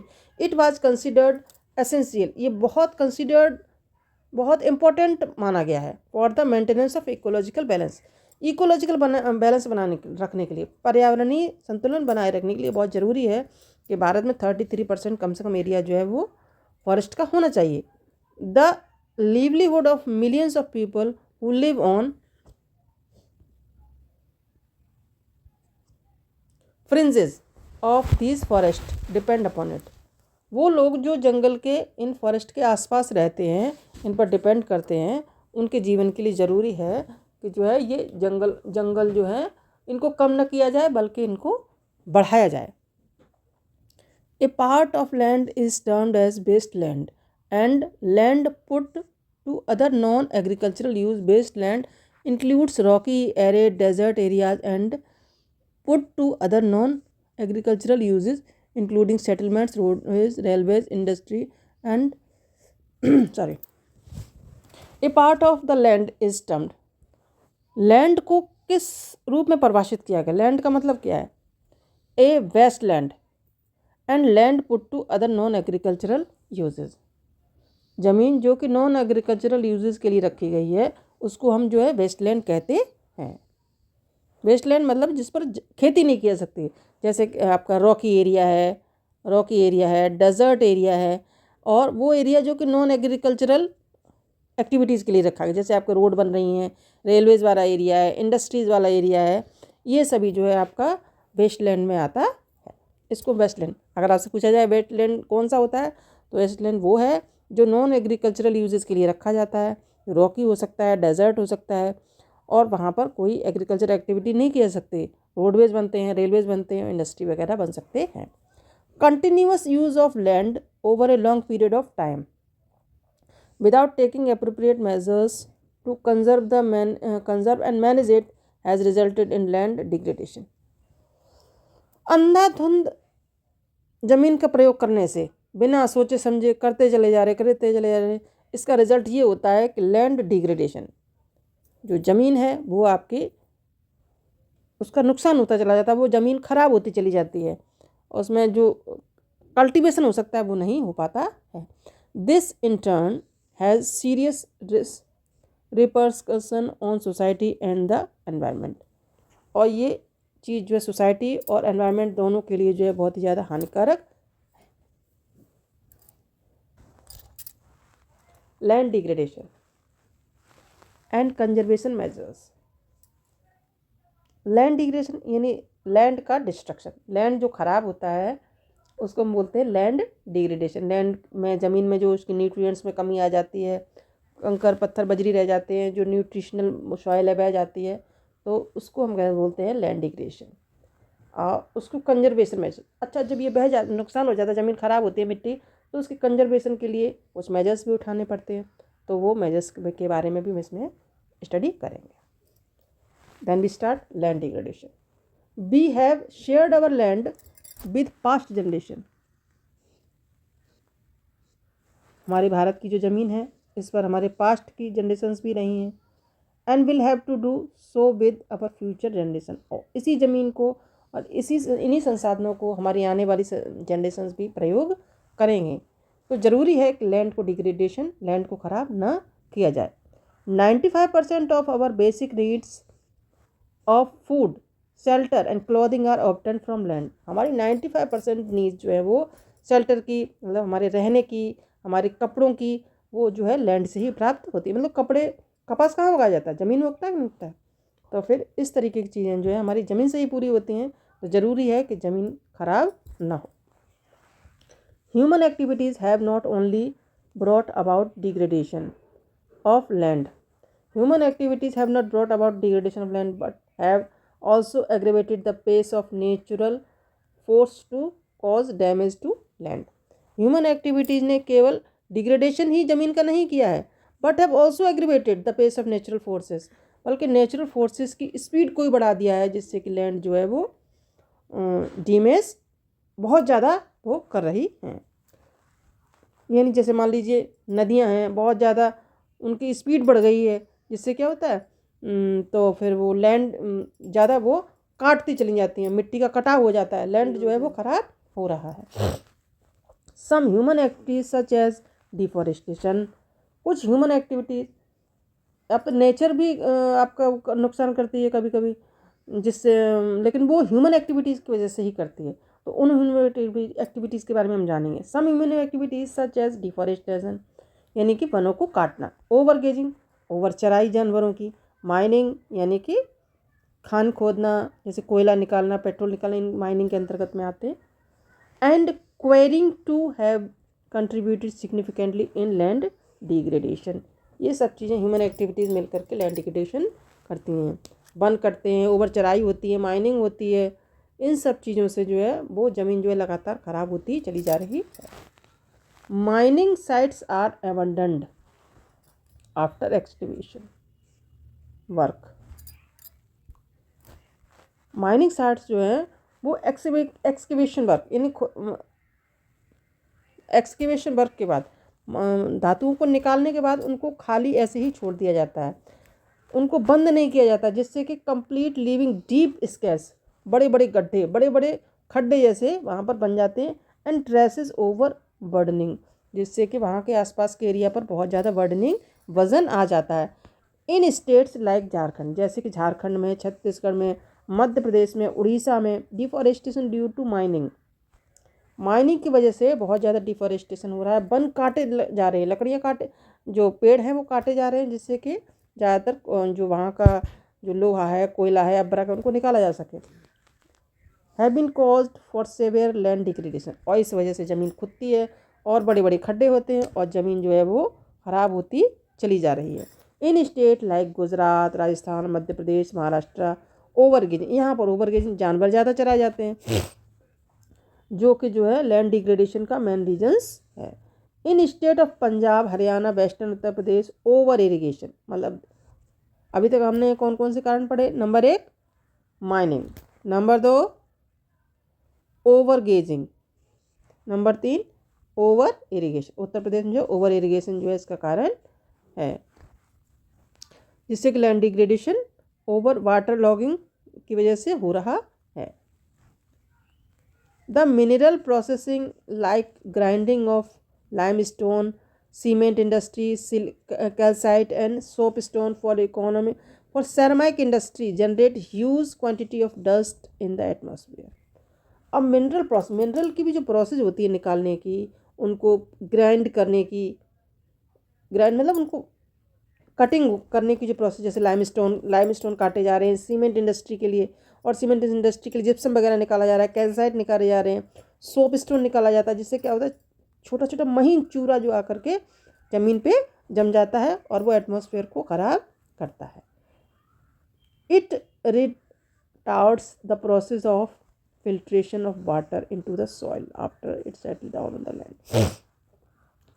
ये फिल्ट्रेशन के बाद बिल्कुल मतलब धीरे धीरे धीरे छनते छनते जो पानी में मिल जाता है, और जो है वो it settle down on the land, और ज़मीन पर आकर के ये कैल्साइट जो है, सोपस्टोन जो है, बिल्कुल महीन बारीक ज़मीन पर जम जाता है। इन रिकेंट ईयर्स, हाल के वर्षों में, industrial effluents as waste have become a major source of land and water pollution. इन सब का जो वेस्ट है, इन कंपनियों का, जब सीमेंट फैक्ट्री है, कैल्साइट फैक्ट्रीज हैं, सोपस्टोन जो है, इनके जो वेस्ट जो है वो मेन सोर्स बन गए हैं पोल्यूशन के in many parts of the country. There are many ways to solve the problems. इन प्रॉब्लम्स को सॉल्व करने के कई तरीके हैं जिससे कि लैंड डिग्रेडेशन जो है ख़त्म किया जा सकता है या कम किया जा सकता है। Number 1, afforestation. लैंड डिग्रेडेशन को ख़त्म करने के लिए या लैंड कंजर्वेशन के लिए सबसे पहला मेजर है आपका एफॉरेस्टेशन, यानी कि वनों को लगाया जाए। And proper management of grazing, और जानवरों की चराई पर भी नियंत्रण किया जाए, प्रॉपर ग्रेजिंग की जाए जिससे कि जो है लैंड, जो कल्टीवेशन वाला लैंड है वो ख़राब ना हो। Planning of shelter belts of plant and control over grazing. Planting of shelter belt of plants, plant की एक पूरी बेल्ट लगाई जाए बड़े बड़े पौधों की जिससे कि जो है ओवर ग्रेजिंग को रोका जा सके। Stabilisation of sand dunes by the growing thorny bushes are some of the methods to check the land degradation. बड़े बड़े प्लांट्स की जो आपकी शेल्टर बेल्ट लगती है इससे जो ओवर गेजिंग भी रुकती है, इस और आपका जो सांड ड्यून्स बनते हैं, क्योंकि बड़े बड़े पेड़ लगे हुए हैं तो सांड आगे बढ़ ही नहीं पाएगी, तो सांड के ड्यून्स नहीं बन पाएंगे और जो ज़मीन है, जो अच्छी ज़मीन है वो ख़राब नहीं होगी। ज़मीन को ख़राब होने से रोका जा सकेगा। Proper management of waste land, जो वेस्ट लैंड है, जो बंजर ज़मीन है, उनका भी प्रॉपर मैनेजमेंट किया जाना चाहिए।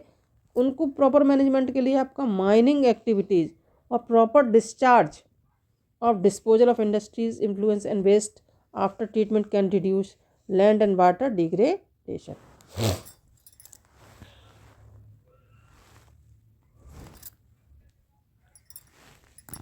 वेस्टलैंड का प्रॉपर मैनेजमेंट यानी ऊसर बंजर को सही करके, कंट्रोल ऑफ माइनिंग एक्टिविटीज, जो माइनिंग एक्टिविटीज़ है उन पर नियंत्रण पा करके, proper discharge of disposal industrial wastage, और इंडस्ट्री से निकलने वाला जो वेस्ट है, जो कचरा है, उस पर हम जो है कंट्रोल करके जो है वाटर डिग्रेडेशन को रोक सकते हैं, लैंड डिस्ट्रक्शन जो हो रहा है उसको रोक सकते हैं।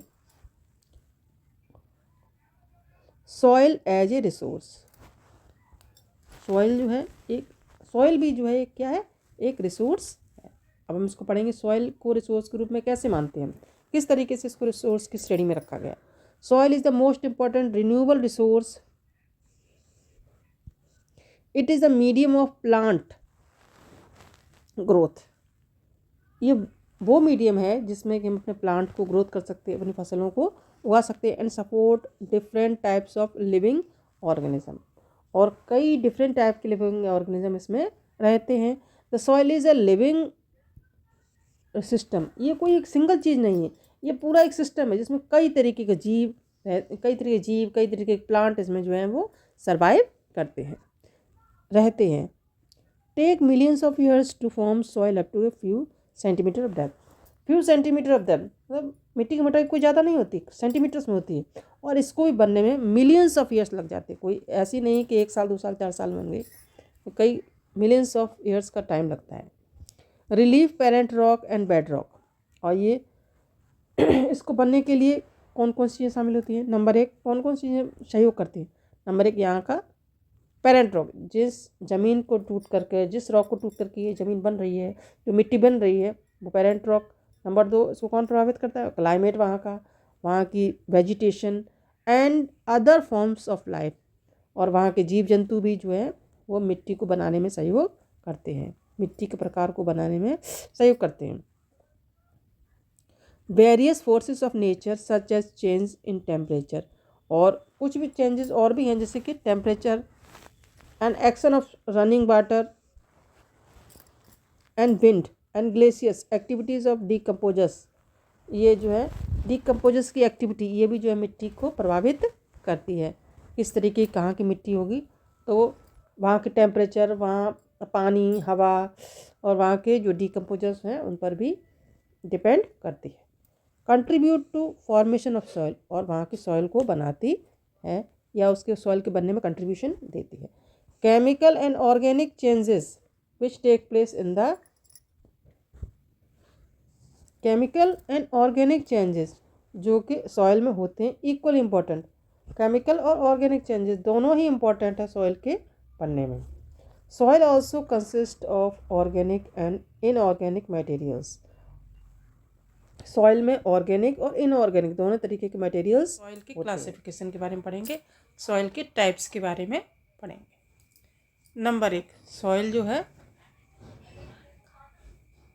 Alluvial soil. सबसे पहली सॉइल जो है एलुवियल सॉइल बोली जाती है। This is most widely spread and important soil. ये सबसे ज़्यादा पाई जाने वाली और सबसे महत्वपूर्ण सॉइल है। In fact the entire northern plains are made of alluvial soil. हालांकि हमारे यहाँ का जो पूरा उत्तरी मैदान है, पूरा नदर्न प्लेन जो है वो एलुवियल सॉइल से बना हुआ है। These have been deposited by 3 important Himalayan river system, Indus, Ganga and Brahmaputra. ये मैदान जो है गंगा, ब्रह्मपुत्र और इंदस नदियों के डिपोजिशन से बना हुआ है। These soils also extend in Rajasthan, Gujarat through an corridor. ये मैदान जो है वो राजस्थान, गुजरात में भी एक पतली पट्टी के रूप में पाया जाता है। Alluvial soil is also found in the eastern coastal plain. ये ईस्टर्न कोस्टल प्लेन जो आपका महानदी डेल्टा है, गोदावरी डेल्टा है और कृष्णा कावेरी डेल्टाज हैं, इनके डेल्टाज में भी ये कुछ एलुवियल सॉइल पाई जाती है। The alluvial soil consist of various proportion of sand, silt and clay. Alluvial soil भी जो है वो कई टाइप्स की होती है on the basis of the proportion of sand, silt and clay. As we move inland toward the river valley, soil particles appear somewhat bigger in size. जैसे ही हम जो है रिवर वैलीज की तरफ आगे बढ़ते हैं, soil particles appear in some bigger size. Soil particles जो है बिगर साइज में होते हैं, मतलब जब हम आपके वैलीज में बढ़ते हैं, पहाड़ों से निकलती हैं नदियाँ, तो बिगर साइज में सॉइल पार्टिकल्स होते हैं। In upper reaches in of the river valley near the place of the break of slope the soils are coarse such as soil are more common in piedmont plain such as Duars, coarse and the Terai. Upper river valleys में near the place of the break of slope, जहाँ से ढलान चालू होता है, soil are course. Soil जो वो course होने लगती है, महीन होने लगती है। Such soils are more common in piedmont. इस तरीके की मिट्टी जो है वो पीडमोंट में पाई जाती है। इनको द्वार, कैओस और तराई कहते हैं। ये जहाँ पर ढलान चालू होता है, पहाड़ ख़त्म होते हैं और मैदान शुरू होता है, वहाँ पर ये द्वार, कैओस और तराई पाए जाते हैं। यहाँ पर मिट्टी जो है वो मिट्टी में मोटे मोटे कण होते हैं, मोटे मोटे पत्थर कंकड़ पाए जाते हैं। Apart from the size their grains component soils are also described on the basis of their age. उनके साइज के अलावा भी जो है सॉइल्स जो है वो उनके समय के आधार पर जो है कितने समय में बनी है उसके आधार पर भी मिट्टी का डिवीज़न किया गया है। According to their age, alluvial soil can be classified as old alluvial और न्यू एलुवियल। न्यू एलुवियल को खादर कहते हैं और ओल्ड एलुवियल को बांगर कहते हैं। The bangar soils has higher concentration of kankar. बांगर सॉइल्स में कंकड़ों का ज़्यादा कॉन्सेंट्रेशन होता है देन द खादर सॉइल की बजाय। It has more fine particles and more fertile than the bangar. और ये बांगर मिट्टी से ज़्यादा फर्टाइल होती है। Alluvial soil as a whole are very fertile. Alluvial soil जो है वो बहुत ज़्यादा फर्टाइल होती है। Mostly these soils contain adequate proportion of potash, phosphoric and lime. इनमें जो है पोटास और फॉस्फेरिक और लाइम का ज़्यादा कॉन्सेंट्रेशन पाया जाता है। And these are ideal for growth of sugar cane, paddy, wheat and cereal pulses and crop. इनमें जो है शुगर को, ये जो मिट्टी है शुगर कैन, धान और ये गेहूँ और दूसरे अनाज जो है और दालें वगैरह जो है उनके लिए आइडियल मानी जाती है। Due to high fertility regions of alluvial soil are intensively cultivated. इस मिट्टी के बहुत अधिक फर्टाइल होने की वजह से ये मिट्टी, ये एरिया जो है इंटेंसिवली कल्टिवेटेड रहता है। ये मिट्टी जब उपजाऊ है तो एरिया में सबसे ज़्यादा क्रॉप्स यहाँ पर उगाए जाते हैं। एंड डेंसली पॉपुलेटेड, और ये एरिया भी जब फसल ज़्यादा होता है तो डेंसली पॉपुलेटेड भी है। Soils in the drier areas are more alkaline. ये सॉइल्स जो है ड्रायर एरिया में बहुत ज़्यादा एल्कलाइन होती है। And can be productive after proper treatment and irrigation. और अच्छी थोड़ा सा सिंचाई करने से और थोड़ा सा अच्छे से इनको करने से इन पर अच्छा सा प्रोडक्शन खेती की जा सकती है। ब्लैक सॉइल, पहले भी सॉइल पढ़ी हमने एलुवियल सॉइल, दूसरी सॉइल पढ़ेंगे black soil. These soils are black in colour and are also known as regular soil. इनको रेगुलर सॉइल कहते हैं और इनका कलर ब्लैक होता है। Black soil is ideal for growing cotton. ये सॉइल जो है वो कॉटन के लिए आइडियल मानी जाती है। And is known as black cotton soil, उसको ब्लैक कॉटन सॉइल भी कहते हैं। It is believe that climatic conditions along with parent rock material are the important factors for the formation of black soil। ये माना जाता है कि climate conditions और पेरेंट रॉक जो है दोनों मिलकर के मेन फैक्टर्स जो है इस सॉइल के निर्माण के लिए माने जाते हैं। This type of soil is typical of the Deccan trap. इस तरीके की सॉइल जो है डकन ट्रैप में ज़्यादा पाई जाती है। And spread over north west Deccan plateau, और नॉर्थ वेस्ट डकन प्लेटो में पूरे में स्प्रेडेड है। And is made up of lava flows, और ये लावा के फ्लो से बनी हुई है, यानी लावा के डिपोजिशन से बनी हुई है। They cover the plateaus of Maharashtra. ये महाराष्ट्र, सौराष्ट्र, मालवा, मध्य प्रदेश, छत्तीसगढ़ आदि स्टेट्स में ये एक्सटेंड करती है। गोदावरी कृष्णा वैलीज में भी कुछ एरियाज में ये पाई जाती है। The black soils are made up of extremely fine. ये सॉइल जो होती है एक्सट्रीमली बहुत ज़्यादा फाइन होती है, क्लेई मटेरियल और बहुत चिकना पदार्थ होता है ये।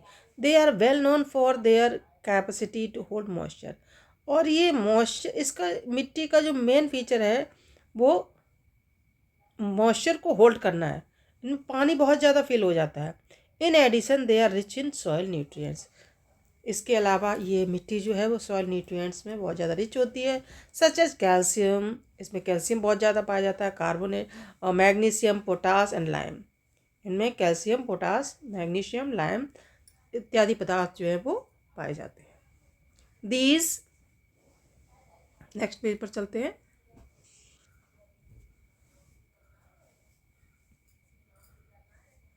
These soils are generally poor in phosphoric content. ये सॉइल्स जो, इन सॉइल्स में फास्फोरिक कंटेंट्स की कमी पाई जाती है। देखिए, आप देखिए ये एरिया जो है, ये एरिया जो है देखिए, ये ब्लैक सॉइल वाला एरिया है।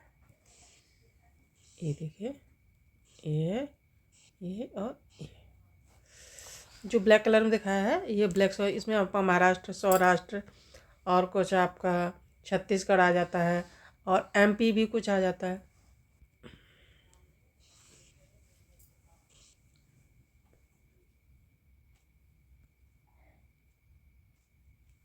Soils are generally poor in phosphoric content and they develop deep cracks during hot weather।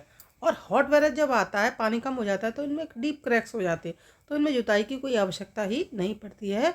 Which help in proper aeration of the soil, जिससे एयर में प्रॉपर एयर भर जाती है और सॉइल जो है वो ठोस नहीं रहती। दीज सॉइल्स आर स्टिकी, ये सॉइल जो है स्टिकी हो जाती है व्हेन वेट, जब ये गीली होती है। And difficult to work on unless tilled immediately, और फिर गीली मिट्टी पे काम करना मुश्किल हो जाता है। After the first shower on during the pre monsoon period, जैसे कि प्री मानसून पीरियड में और पहली बारिश के बाद। अब हम नेक्स्ट सॉइल पढ़ते हैं, red and yellow soil. Red soil develops on crystalline igneous rocks in areas of low rainfall in the eastern and southern part of Deccan plateau. Red soil जो है वो इग्नियस रॉक्स के डिसइंटीग्रेशन से बनती है। और इग्नियस रॉक्स कहाँ पाई जाती है? ईस्टर्न और सदर्न पार्ट, जो कि डकन प्लेटो का ईस्टर्न सदर्न पार्ट है, से पाई जाती है। तो रेड और येलो सॉइल भी वहीं डेवलप होती है। Yellow and red soil are also found in part of Orissa. ये आपका Orissa, Chhattisgarh, southern part of middle Ganga plain में भी पाई जाती है। And along the piedmont zone of the western Ghat, और वेस्टर्न घाट वाला एरिया जो है उसमें भी ये पाई जाती है। These soils develop a reddish colour due to diffusion of iron. इसमें आयरन होने की वजह से इसका कलर जो है वो रेडिश होता है। Crystalline and metamorphic rocks, it looks yellow when it occurs in hydrated form. जब ये हाइड्रेटेड होती है तो इसका कलर जो है वो येलो दिखता है। Laterite soil. Laterite has been derived from Latin word later which means brick. Laterite word जो है वो लैटिन वर्ड लेटर से लिया गया है जिसका मतलब होता है ईंट, ब्रिक। ये ईंट का जैसा इसका स्ट्रक्चर होता है तो इसको लैटराइट सॉइल बोलते हैं। The laterite soil develops under tropical and सब ट्रॉपिकल क्लाइमेट। इस तरीके की सॉइल जो है वो ट्रॉपिकल यानी गर्म और अर्ध गर्म एरिया में ये ट्रॉपिकल या सब ट्रॉपिकल एरियाज में डेवलप होती है, जहाँ पर वेट और ड्राई सीजन जो अल्टरनेटिवली आते रहते हैं। वेट आता है फिर ड्राई आता है, फिर वेट आता है फिर ड्राई आता है। This soil is result of intense leaching due to the heavy rain. ये सॉइल जो है वो बहुत ज़्यादा मिट्टी के लीचिंग होने से बनती है। जहाँ बारिश ज़्यादा होती है न्यूट्रिएंट्स जो है अंदर की तरफ लीच हो जाते हैं। निचली परत, मिट्टी की निचली लेयर जो है, लोअर लेयर है, उसमें न्यूट्रिएंट्स चले जाते हैं तो ऊपर मिट्टी जो है वो मोटी मोटी मिट्टी बच जाती है और जो महीन न्यूट्रिएंट्स है वो अंदर चले जाते हैं, इसलिए इसको लीच्ड सॉइल भी बोलते हैं। Laterite soil are mostly deep to very deep acidic. Laterite soil जो है बहुत ज़्यादा अंदर तक जब जाती है, बनती है तो ये एसिडिक हो जाती है और इसका pH जो है 6.0 हो जाता है। Generally deficient in plant nutrients and occur mostly in southern states. ये जो है generally deficient in plant nutrients, इनमें न्यूट्रिएंट्स कम पाए जाते हैं एंड सदर्न स्टेट्स में ये ज़्यादा पाई जाती है। वेस्टर्न घाट में भी पाई जाती है, Maharashtra, Orissa, some parts of west Bengal, north east regions, इन सब एरियाज में लैटराइट सॉइल पाई जाती है। Where these soil support deciduous and evergreen forest. ज़्यादा बारिश होने की वजह से इस एरियाज में डेसिडियस और एवरग्रीन फॉरेस्ट जो है वो होते हैं। क्रॉप्स जो है, क्रॉप्स के लिए आइडल कंडीशंस यहाँ पर नहीं पाई जाती। यहाँ वन बहुत पाए जाते हैं क्योंकि यहाँ बहुत ज़्यादा बारिश है, न्यूट्रिएंट नीचे लेयर में पहुँच जाती है और पेड़ जो है वो नीचे की लेयर में जाकर के न्यूट्रिएंट्स खींच लेते हैं, जबकि खेती या क्रॉप्स जो है वो इतने नीचे लेयर तक नहीं जाती हैं और न्यूट्रिएंट्स नहीं ले पाती। इस वजह से ये लैंड जो है कल्टीवेशन के लिए आइडियल नहीं रहता है। It is humus rich but under sparse vegetation. ये ह्यूमस बहुत ज़्यादा है लेकिन इसमें वेजिटेशन बहुत अंडर स्पार्स है, मतलब बहुत दूर दूर है। And in semi arid environment.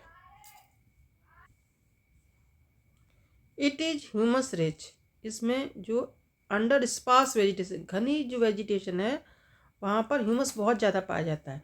And in semi arid environment, और जो सेमी एरिड एरिया है जहाँ पर बारिश थोड़ा कम होती है, it is generally humus poor.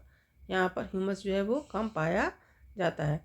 They are prone to erosion, और यहाँ पर इरोजन होता रहता है, डिग्रेडेशन मिट्टी का होता है due to their position on the landscape. क्योंकि पहाड़ी ढलान पर होता है इसलिए यहाँ पर मिट्टी बहुत ज़्यादा बहती है और मिट्टी जो है इरोडेड होती रहती है। After adopting appropriate soil conservation, soil conservation techniques को अडॉप्ट करने के बाद, particularly in the hilly areas Karnataka, Kerala and Tamil Nadu, the soil is very useful for growing T. जो आपका लैटराइट सॉइल है जैसे महाराष्ट्र के स्लोप एरिया में, कर्नाटका, केरला के स्लोप एरिया में, यहाँ पर जो कंजर्वेशन करने के बाद मिट्टी का आपका टी, कॉफ़ी, कैश्यू, ये चीज़ें जो है उगाई जाती हैं। Red laterite soil in Tamil Nadu, Andhra Pradesh and Kerala are most suitable for cashew nut. Tamil Nadu, Andhra और केरला में इस मिट्टी में जो है वो कैश्यू बहुत ज़्यादा उगाया जाता है। एरिड सॉइल,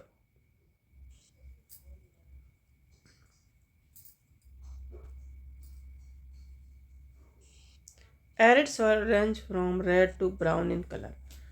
एरिड मतलब ड्राई सॉइल, ये सॉइल जो है रेड से ब्राउन कलर की होती है। They are generally sandy in texture, ये टेक्सचर में थोड़ा मोटे होते हैं, बालू जैसे होते हैं। एंड सलाइन इन नेचर, और इनका नेचर जो है वो सलाइन होता है, थोड़ा सॉल्ट ज़्यादा पाया जाता है। In some areas the salt content is very high, कुछ एरिया में सॉल्ट कंटेंट बहुत ज़्यादा हाई होता है। And common salt is obtained by the evaporating the water, और वाटर को एवेपोरेट करने से यहाँ पर कॉमन साल्ट मिल जाता है। Due to the dry climate high temperature evaporation is faster, dry climate और हाई टेम्परेचर की वजह से यहाँ एवेपोरेशन जो फास्टर है। And soil lacks humus moisture, और सॉइल में मॉइस्चर और ह्यूमस की कमी है। The lower horizon of the soil are occupied by kankar, जो जमीन की जो निचली लेयर है उसमें जो है वो कंकड़ पाए जाते हैं, because of increasing calcium content downwards, क्योंकि नीचे की तरफ जो है कैल्शियम कंटेंट बढ़ता जाता है, इससे यहाँ पर जो है लोअर हॉरिजन में कंकर पाए जाते हैं। कंकर layer formation in the bottom horizon restrict the infiltration of water, नीचे की लेयर में कंकर हॉरिजन पाए जाने की वजह से इनफिल्ट्रेशन पानी का जो है वो रुक जाता है। आफ्टर प्रॉपर इरिगेशन दीज, मतलब पानी नीचे जाना रुक जाता है, नीचे की लेयर में पानी जो ऊपर का भरा हुआ है वो नीचे रिसता हुआ नहीं जाता है। After proper irrigation these soils become cultivable, इन सॉइल्स में थोड़ा सा सिंचाई करने के बाद, पानी देने के बाद, इनमें हम जो खेती ज्वार बाजरा वगैरह की, दाल वगैरह की कर सकते हैं।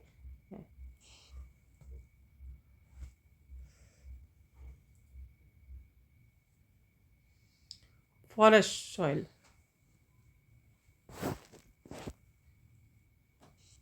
Forest soil these soils are found in hilly and mountainous areas, इस तरीके की सॉइल्स जो हैं वो माउंटेनियस और हिली एरिया में पाई जाती हैं। इनको माउंटेनियस सॉइल भी बोलते हैं, कहीं कहीं पर इनको माउंटेनियस सॉइल लिखा होता है, कहीं पर फॉरेस्ट सॉइल, क्योंकि इन एरियाज में ही ज़्यादातर फॉरेस्ट पाए जाते हैं। These soils texture varies according to the mountain environment where they are found, इन सॉइल्स का टेक्सचर जो है वो उन माउंटेन और उन एरियाज़ के अकॉर्डिंग होता है जहाँ पर ये मिट्टी बनी हुई है। They are loamy and silty in valley sides, valley sides में ये एरिया जो मिट्टी होती है वो लोमी मतलब चिकनी हो जाती हैं, सिल्टी हो जाती हैं। जबकि अपर स्लोप्स में ये मिट्टी जो है वो ग्रेन दानेदार होती है, मोटी होती है।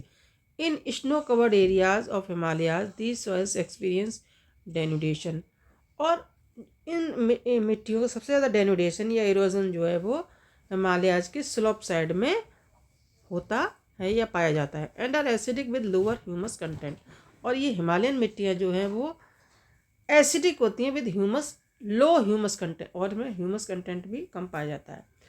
The soils found in the lower parts of the valleys, particularly on the river terraces and alluvial fens are fertile. वो सॉइल्स जो कि हमारे वैलीज के लोअर एरियाज में पाए जाते हैं, particular in the river fence, alluvial fence जो एरिया है, नदी जो फेंस बनाती है अपने डिपोजिशन से, मिट्टी की डिपोजिशन से, उनकी मिट्टी जो है बहुत ज़्यादा कैसी होती है, फर्टाइल होती है। अब हम देखते हैं सॉइल इरोजन। अभी सॉइल्स के टाइप्स देखे, अभी सॉइल इरोजन देखेंगे।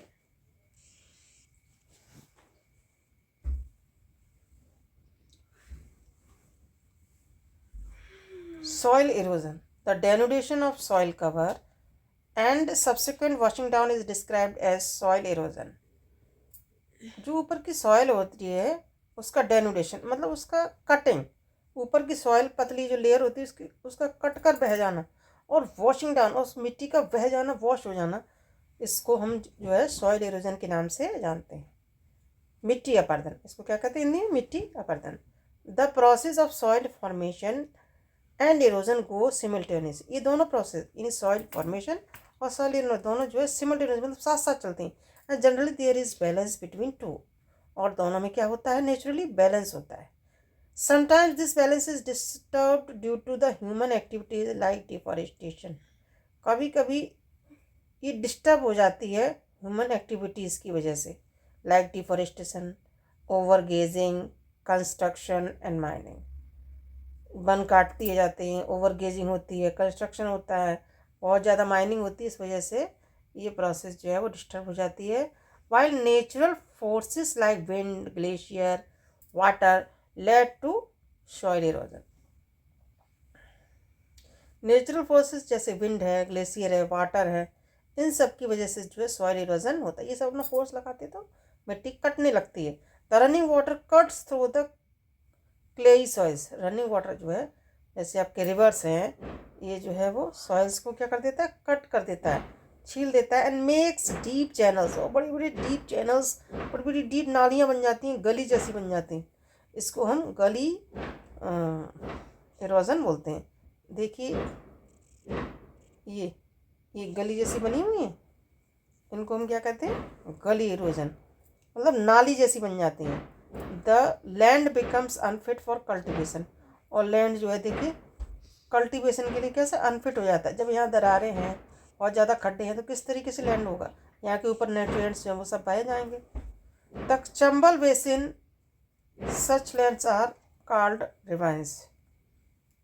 इन चंबल बेसिन में इस तरीके के लैंड्स को हम क्या कहते हैं, रेवाइंस कहते हैं। Some water flows as sheet over large area down the slope. Sometimes water flows as sheet, कभी कभी पानी बहता है और ऊपर की परत जो है वो क्या कर देता है, हटा देता है। In such cases the top soil is washed away. इस केस में ऊपर की जो टॉप लेयर जो वो वॉश्ड अवे हो जाती है, बह जाती है। This is known as the sheet erosion. इसको जो है वो शीट इरोजन हम कहते हैं। Wind blows loose soils of flat और sloping land known as the wind erosion. हवा बहती है और मिट्टी को लूज कर देती है, और स्लोपिंग लैंड, और जो है लैंड जो है वो ढालू हो जाता है, इसको हम जो विंड इरोजन बोलते हैं। इन विंड की वजह से जो मिट्टी बहने लगती है, मिट्टी वहाँ से उड़ जाती है, इसको विंड इरोजन कहते हैं। Soil erosion is also caused due to defective methods of farming. मिट्टी का इरोजन जो है वो फार्मिंग के डिफेक्टिव मेथड्स की वजह से भी होता है। प्लोइंग इन रॉन्ग वे, गलत तरीके से जुताई करना। एंड डाउन द स्लोप, ढलान के बिल्कुल विपरीत चैनल जब बहती है, ढलान के विपरीत कोई धारा बहने लगती है, कोई नदी नाला बहने लगता है, तो भी पानी जो बहने लगता है वो सॉइल इरोजन का कारण बनता है। क्विक फ्लो ऑफ वाटर, मतलब तेज पानी बहता हुआ जो है, लीडिंग टू सॉइल इरोजन, आपका सॉइल इरोजन का कारण बनता है। प्लोइंग अलोंग द कंटूर, इसीलिए कंटूर लाइंस के किनारे जो है वो खेत जुताई करनी चाहिए। Decelerate the flow of water down the slope, जो पानी बह रहा है डाउन द स्लोप वो इसको रोक सकता है। This is called contour ploughing, इसको हम कंटूर प्लोइंग कहते हैं। कंटूर प्लोइंग में क्या होता है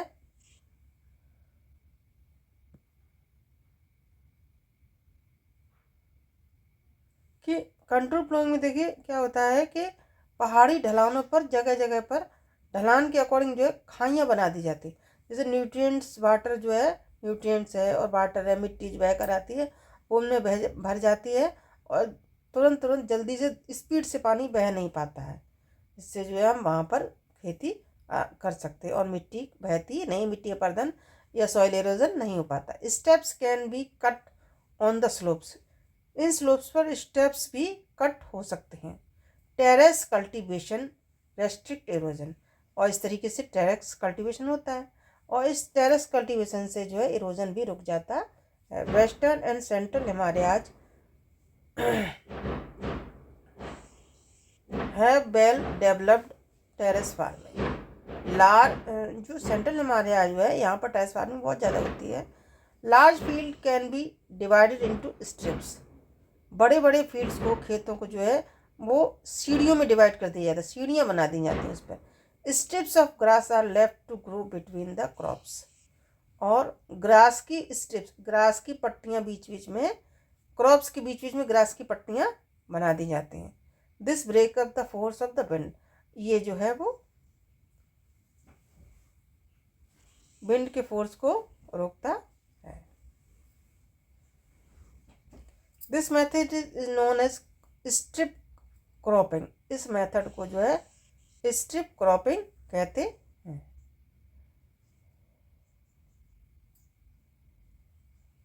क्रॉप के बीच बीच में जब घास की पट्टियाँ बना दी जाती जिससे कि मिट्टी बहे नहीं, तो इसको क्या कहते हैं, स्ट्रिप क्रॉपिंग कहते हैं। Plant lines of trees to create shelter और also work in similar way. Planting lines of trees, line में इसी तरीके से लाइन में पेड़ भी लगा देते हैं, जैसे ग्रास पट्टियाँ बनाते हैं इसी तरीके से लाइन में पेड़ भी लगा देते हैं, जिससे कि क्या बन जाता है, क्रिएट शेल्टर, एक शेल्टर लाइन बन जाती है जो कि इसी तरीके से काम करती है। Row of such trees are called shelter beds. इस तरीके के रो को हम जो है पेड़ों की जो कतार बना देते हैं जिससे मिट्टी न बहे, इसको हम क्या कहते हैं, शेल्टर बेल्ट कहते हैं।